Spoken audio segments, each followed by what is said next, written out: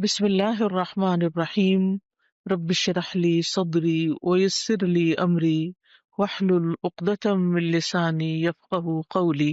آج ہم پڑھیں گے کہ جادو اور نظر بد لگنے کی وجوہات کیا ہیں، جادو اور نظر بد کی علامات کیا ہیں۔ سب سے پہلی بات یہ کہ انسان کو یہ جان لینا چاہیے کہ جو کچھ بھی ہوتا ہے وہ اللہ کے اذن سے ہوتا ہے، اللہ کے حکم سے ہوتا ہے۔ سورۃ تغابن میں اللہ تعالیٰ فرماتے ہیں ما اصاب من مصیبت الا باذن اللہ ومن یؤمن باللہ یہد قلبہ واللہ بکل شیء علیم۔ جو مصیبت بھی آتی ہے وہ اللہ کے اذن سے ہی آتی ہے، اور جو شخص اللہ پر ایمان لائے تو اللہ اس کے دل کو ہدایت بخشتا ہے اور ہر چیز کو جاننے والا ہے۔ یعنی جب ایسی کوئی تکلیف پہنچے تو انسان سوچے کہ یہ اللہ کے اذن سے آئی ہے، اس کے پیچھے اللہ کی کوئی حکمت ہے، کوئی مصلحت ہے، کوئی مقصد ہے، اور اگر آئی ہے تو اس کو دور کرنے والا بھی اللہ ہی ہے۔ اور من یؤمن باللہ یہد قلبہ، اس کے بارے میں عبداللہ بن مسعود نے کہا کہ یہ وہ شخص ہے کہ اگر اس پر کوئی مصیبت آ پڑے تو وہ اس پر بھی راضی رہتا ہے، بلکہ سمجھتا ہے کہ یہ اللہ ہی کی طرف سے ہے۔ پھر یہ بات یاد رہے کہ ہر بیماری، تکلیف یہ تقدیر کا حصہ ہے، یعنی اللہ سبحانہ تعالیٰ نے بندوں کو پیدا کیا اور ان کی تقدیر بھی بنائی۔ تو اسی لیے مومن کیا کہتا ہے، قُل لَن يُصِيبَنَا إِلَّا مَا كَتَبَ اللَّهُ لَنَا هُوَ مَوْلَانَا، کہ ہمیں ہرگز نہیں پہنچا مگر وہی جو اللہ نے ہمارے لیے لکھ دیا تھا، وہی ہمارا مولا ہے، یعنی اس کو ٹھیک بھی وہی کرے گا، اس تکلیف کو دور بھی وہی کرے گا۔ پھر اسی طرح اللہ کا اذن کیوں ہوتا ہے، اس کی وجوہات کیا ہوتی ہیں، وہ تو اللہ ہی بہتر جانتا ہے، لیکن جو وجوہات ہمیں قرآن و سنت سے پتہ چلتی ہیں ان میں سے ایک وجہ یہ ہے کہ جب انسان اپنے اذکار میں، تلاوت میں، دعاؤں میں، تعوذات میں کمی کرتا ہے تو شیطان کو اٹیک کا موقع مل جاتا ہے۔ جیسی سمپل سا فارمولہ ہے، آپ کو سردی کیوں لگ جاتی ہے؟ کیونکہ آپ نے پراپر کلودنگ نہیں کی ہوتی، آپ نے پراپر اپنے آپ کو ڈریس اپ نہیں کیا ہوتا، تو وہ پھر آپ کے اوپر اٹیک ہو جاتا ہے۔ اسی طرح بہت ساری چیزیں جو اسباب کی، یہ دنیا اسباب کی ہے، تو وہ اسباب کیا ہیں کہ جس کی وجہ سے کوئی مسئلہ پیش آ جاتا ہے، وہ ہم سب جانتے ہیں کہ اللہ سبحانہ تعالیٰ نے جتنی چیزیں دنیا میں بنائی ہیں ان سب کا کوئی نہ کوئی ایفیکٹ بھی ہے، ان کے اندر اثرات بھی ڈالے ہیں، تو وہ مخصوص اثرات ہوتے ہیں جو انسان کے اوپر عامل ہوتے ہیں۔ ابن القیم کہتے ہیں کہ نظر بد ایک قسم کے تیر ہوتے ہیں جو محسود کی طرف حاسد اور عین یعنی نظر لگانے والے کے نفس سے نکلتے ہیں۔ کبھی تو وہ ان کا نشانہ بن جاتا ہے، کبھی وہ خطا ہو جاتے ہیں، یعنی تیر ادھر ادھر ہو جاتے ہیں، اس بندے کو نہیں لگتے۔ پھر اگر یہ تیر اس کو ننگا پاتے ہیں تو اس پر کوئی بچاؤ کا سامان نہیں، یعنی اگر عبادات وغیرہ کی زرہ اس نے نہیں پہنی ہوئی تو اس پہ لگ جاتے ہیں۔ اور یہ کہ وہ صبح و شام کی اذکار کی حفاظت کرنے والا نہیں، تو جو شخص صبح و شام کی اذکار کی حفاظت کرے وہ اللہ کی پروٹیکشن میں ہوتا ہے، اور اس نے اپنے اوپر حفاظت کا لباس پہنا ہوا ہوتا ہے کہ کوئی تیر آئے بھی تو وہ بسم ہو جاتے ہیں، ختم ہو جاتے ہیں، اس کو نقصان نہیں دیتے۔ اسی طرح ایک اور وجہ یہ ہے کہ کوئی بھی مصیبت انسان پر امتحان اور آزمائش کے لیے آتی ہے، انسان کو دیکھنے کے لیے کہ وہ کرتا کیا ہے۔ جادو اور نظر بد کی علامات کیا ہیں، کہاں سے پتہ چلے گا کہ یہ جادو ہے یا نظر بد ہے؟ تو قرآن و سنت کی روشنی میں ہم دیکھتے ہیں کہ مریض کے اوپر کس قسم کے اثرات ہوتے ہیں اور کیا علامات ہوتی ہیں۔ مثلاً جب انسان پر جادو ہوتا ہے یا اس کو نظر لگتی ہے تو وہ دیوانوں جیسی حرکتیں کرنے لگتا ہے، یعنی اچانک اس کے مزاج میں تبدیلی آ جاتی ہے، یعنی ایک اچھا بھلا چنگا بھلا انسان بھلا مانس گالی گلوچ پہ اتر آتا ہے۔ اچھا یہ دیوانگی ہے نا، پاگل پن ہے۔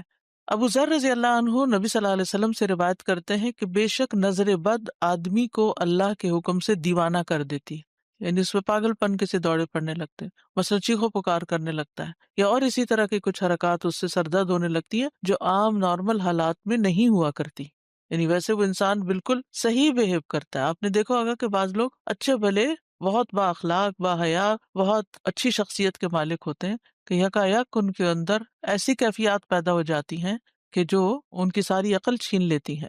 پھر اسی طرح شدید بیماری کا اچانک شکار ہو جانا۔ عبداللہ بن عامر کہتے ہیں کہ عامر بن ربیعہ اور سہل بن حنیف دونوں غسل کرنے کے ارادے سے نکلے، وہ کوئی اوٹ تلاش کر رہے تھے کہ نہا سکیں۔ سہل نے اپنے اوپر سے اون کا جبہ اتارا، عامر کہتے ہیں جب میں نے اسے دیکھا تو اسے میری نظر لگ گئی، وہ پانی میں اتر کر نہانے لگ گیا، میں نے پانی میں اس کے بڑبڑانے کی آواز سنی، تو میں اس کے پاس آیا، اسے 3 دفعہ آواز دی لیکن اس نے جواب نہیں دیا۔ پھر میں نبی صلی اللہ علیہ وسلم کے پاس آیا اور آپ صلی اللہ علیہ وسلم کو ساری بات بتائی۔ اس پر آپ صلی اللہ علیہ وسلم تشریف لائے اور پانی میں داخل ہو گئے، گویا کہ میں اب بھی آپ کی پنڈلیوں کی سفیدی دیکھ رہا ہوں۔ آپ نے اس کے سینے پر 3 دفعہ ہاتھ مارا اور پھر یہ دعا دی، اللہم اذہب عنہ حرہا وبردہا ووصبہا، اے اللہ اس کی گرمی اور سردی اور بیماری اور لاغری دور کر دے۔ پھر آپ صلی اللہ علیہ وسلم کھڑے ہوئے اور فرمایا، جب کسی کو اپنے بھائی کا وجود یا کوئی مال پسند آئے، یعنی اس کی شکل اچھی لگ رہی ہے، جیسے دلہن وغیرہ کو دیکھتے ہیں، یا ویسے ہی کبھی کوئی شخص بہت ہی پیارا لگ رہا ہوتا ہے، تو اس کے لیے برکت کی دعا کر دے، کیونکہ نظر لگ جانا برحق ہے۔ اب یہ خاص نظر کی دعا ہے، یہ آپ کو یاد ہونی چاہیے۔ بچہ مثلاً بہت رو رہا ہے، کوئی بھی ان یوزول سمٹمس ہے اور آپ کو فیل ہو رہا ہے کہ اس کو کوئی اچانک ہی بیماری لگ گئی ہے، تو اس صورت میں یہ دعا بہت فائدہ مند ہے، کیونکہ یہ نبی صلی اللہ علیہ وسلم نے پڑھی ہے، اور نبی صلی اللہ علیہ وسلم کا کسی دعا کو پڑھنا جو ہے کوئی معمولی عمل نہیں ہے۔ آپ کہاں سے پڑھتے تھے؟ آپ کو جو کچھ ملتا تھا وہ وحی الہی سے ملتا تھا۔ اللہم اذہب عنہ حرہا وبردہا ووصبہا، اے اللہ اس سے دور کر دے اس کی گرمی، یعنی اگر نگاہوں کی گرمی اس کے اندر آئی ہے تو وہ دور کر دے، اور سردی اور بیماری اور لاغری، ووصبہا، وصب کہتے ہیں تھکاوٹ اور لاغری۔ پھر اسی طرح چہرے پر دھبے پڑنا، یہ بھی نظر لگنے کی علامت ہوتی ہے، چھائیاں وغیرہ پڑنا جو ہوتا ہے۔ پھر بچوں کا بلا وجہ روتے رہنا۔ عائشہ رضی اللہ تعالیٰ عنہا سے مروی ہے، وہ کہتی ہیں کہ ایک مرتبہ نبی صلی اللہ علیہ وسلم تشریف لائے تو ایک بچے کے رونے کی آواز سنی۔ آپ نے فرمایا، تمہارا یہ بچہ کیوں رو رہا ہے؟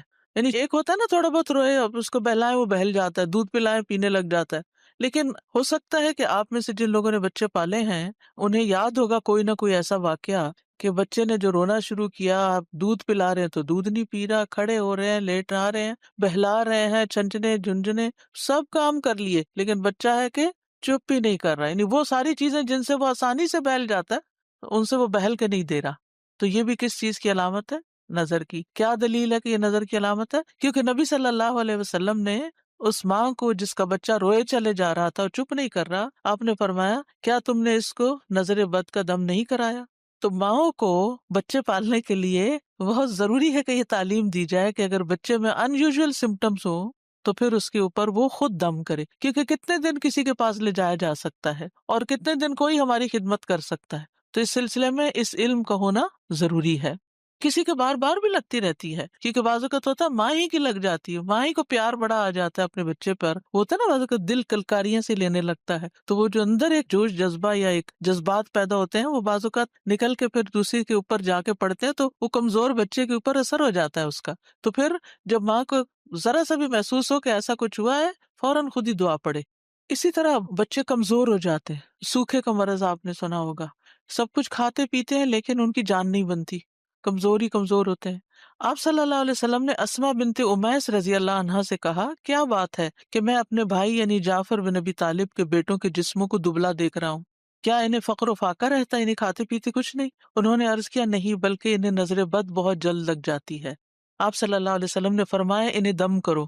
انہوں نے آپ کے سامنے چند کلمات پیش کیے تو آپ نے فرمایا، انہیں دم کرو، یعنی انہوں نے دم کے کلمات کچھ بتائے۔ تو اس میں آپ دیکھیے کہ ایک تو مسنون دم ہے ہی، لیکن بعض اوقات کوئی شخص آپ کو کوئی آیت بتا دیتا ہے کہ یہ پڑھ کے دم کرو، یا کوئی اور اس طرح کے الفاظ بتا دیتا ہے، تو ہمیشہ یہ چیک کرے کہ اگر ان کے اندر کوئی شرکیہ بات نہیں تو وہ بھی پڑھ کے دم کیا جا سکتا ہے، ایز لانگ ایز اللہ سبحانہ تعالیٰ کو پکارا جا رہا ہے، اللہ کا ذکر کیا جا رہا ہے اور اس میں کوئی اس طرح کی چیز نہیں، تو کوئی حرج کی بات نہیں۔ اسی طرح اوپر سے گر جانا، پھسلنا، یعنی اچانک ہی کوئی گر گیا، ہم کہتے ٹرپ کر گیا یا کسی اونچائی سے گر گیا۔ رسول اللہ صلی اللہ علیہ وسلم نے فرمایا، بے شک نظر بد آدمی کو اللہ کے حکم سے دیوانہ کر دیتی ہے، حتیٰ کہ بعض اوقات ایسا ہوتا ہے کہ وہ اونچی جگہ پر چڑھتا ہے اور پھر وہاں سے گر پڑتا ہے۔ ابن عباس رضی اللہ عنہ سے مروی ہے کہ نبی صلی اللہ علیہ وسلم نے فرمایا، نظر کا لگ جانا برحق ہے اور یہ اوپر چڑھنے والے کو پسلا دیتی ہے۔ اسی طرح دیگر جسمانی علامات کیا کیا ہو سکتی ہیں؟ مثلاً بغیر کسی وجہ کے مزاج میں تبدیلی آ جانا۔ آپ ہر روز صبح آرام سے اٹھتے تھے، اپنے کام کاج میں لگ جاتے تھے، آپ کی روٹین تھی، ایک دن بھر کا ایک اسکیڈول تھا، لیکن آپ کے مزاج میں ایسی تبدیلی آ جاتی کہ کچھ کر ہی نہیں پاتے۔ تو بغیر اسباب کے مزاج میں تبدیلی آنے کی کچھ علامتیں ہیں۔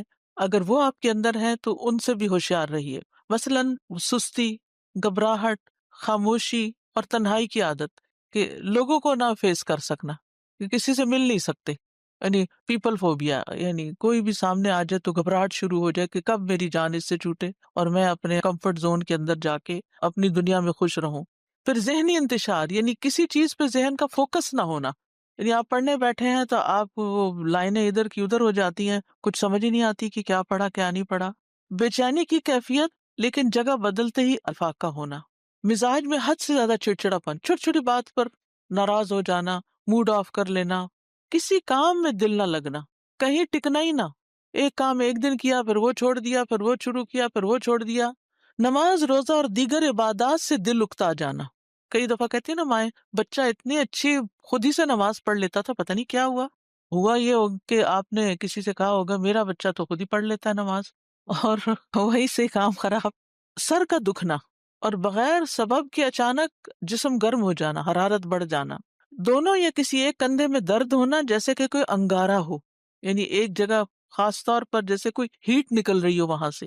بیک ایک، نیچے کے حصے میں درد ہونا، یعنی جسم کے اچانک یہ جو یعنی بیک بون ہے اس کے نیچے درد. بالوں کا اچانک گرنا شروع ہو جانا، یعنی ایک تو ہوتا ہے نا کہ کسی بیماری کے بعد گرتے ہیں، یا تھوڑے بہت تو ہر ایک کے گرتے ہیں، روز تو گرتے ہی ہیں، لیکن بعض اوقات ایسا بھی ہوتا ہے کہ جو گرنا شروع ہوتے ہیں تو وہ تھمنے کا نام نہیں لیتے. وزن کا اچانک کم ہو جانا، یعنی کھا پی رہے ہیں سب کچھ ٹھیک جا رہا ہے، کھانے کی خواہش کا ختم ہو جانا، بھوک نہ لگنا. فضا میں خنکی بھی ہو تو جسم کی حرارت بڑھ جانی، باہر ٹھنڈا ہے لیکن جسم گرم ہوئے چلا جا رہا ہے، اور اسی طرح باہر گرمی ہے اور جسم ٹھنڈا ہی ہوا چلے جا رہا ہے.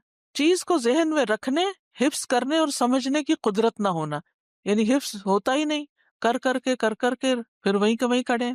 کثرت سے پسینے آنا اور ان کی بو تبدیل ہو جانا، یعنی ایک تو ہر انسان کی ایک ہوتا ہے نا اسمیل ہوتی ہے، لیکن ایک وہ بہت اسٹرانگ قسم کی شروع ہو گئی. جلد پر پھوڑے پھنسیوں کا، خارش کا ظاہر ہونا یا چیونٹیوں کے رینگنے کا احساس ہونا جیسے کچھ چل رہا ہے جسم پر. نیند کا کم آنا اور زیادہ تر جاگنا، انسومنیا جس کو بولتے ہیں. بعض اوقات دورے کی کیفیت کے دوران گردن ٹیڑھی ہو جانا، ڈراؤنے خواب آنا، بیداری میں بھی چیخو پکار کی آوازیں سنائی دینا، علیحدگی اور تنہائی پسند کرنا. ذہنی پراگندگی، گھر والوں، دوست، رشتہ داروں سے معاملات بے سبب خراب ہونا، یعنی جس کے ساتھ یہ معاملہ کیا وہیں گڑبڑ ہو گئی. رونے کی خواہش کرنا یا ہمیشہ روتے ہی جانا، یعنی رونے کو ہی بہت دل چاہتا ہے. تو یہ عوارض جو ہیں یہ بیماریاں ہیں اور بیماریوں کی علامات ہیں. ان میں نفسیاتی، روحانی، جسمانی سبھی اکٹھے ہو سکتے ہیں، یعنی جسمانی بھی، روحانی، نفسیاتی، یہ سارے مل بھی جاتے ہیں بعض اوقات. اگر بنیادی بات آپ یاد رکھیں نا کہ کبھی جسم میں تکلیف شروع ہوتی ہے اور وہ روح پہ جا پڑتی ہے اور وہ روحانی بیماری بن جاتی ہے، اور کبھی روح پر کوئی چیز آتی ہے اور وہ جسم کی طرح منتقل ہو کے جسمانی دردیں جو ہیں یہ جسمانی تکلیف ہے لیکن سبب روحانی ہے. اسی طرح کچھ غیر معمولی علامات نظر آنا، ان میں خون کے چینٹے گرنا، طے شدہ کپڑوں کو کٹا ہوا پانا، خاوند یا بیوی کو ایک دوسرے میں کشش ختم ہو جانا. ینگ ہے، جوان ہے، لیکن یہ اب نارملٹی ہے نا کہ ہسبینڈ کو وائف کی ضرورت ہی نہ رہے.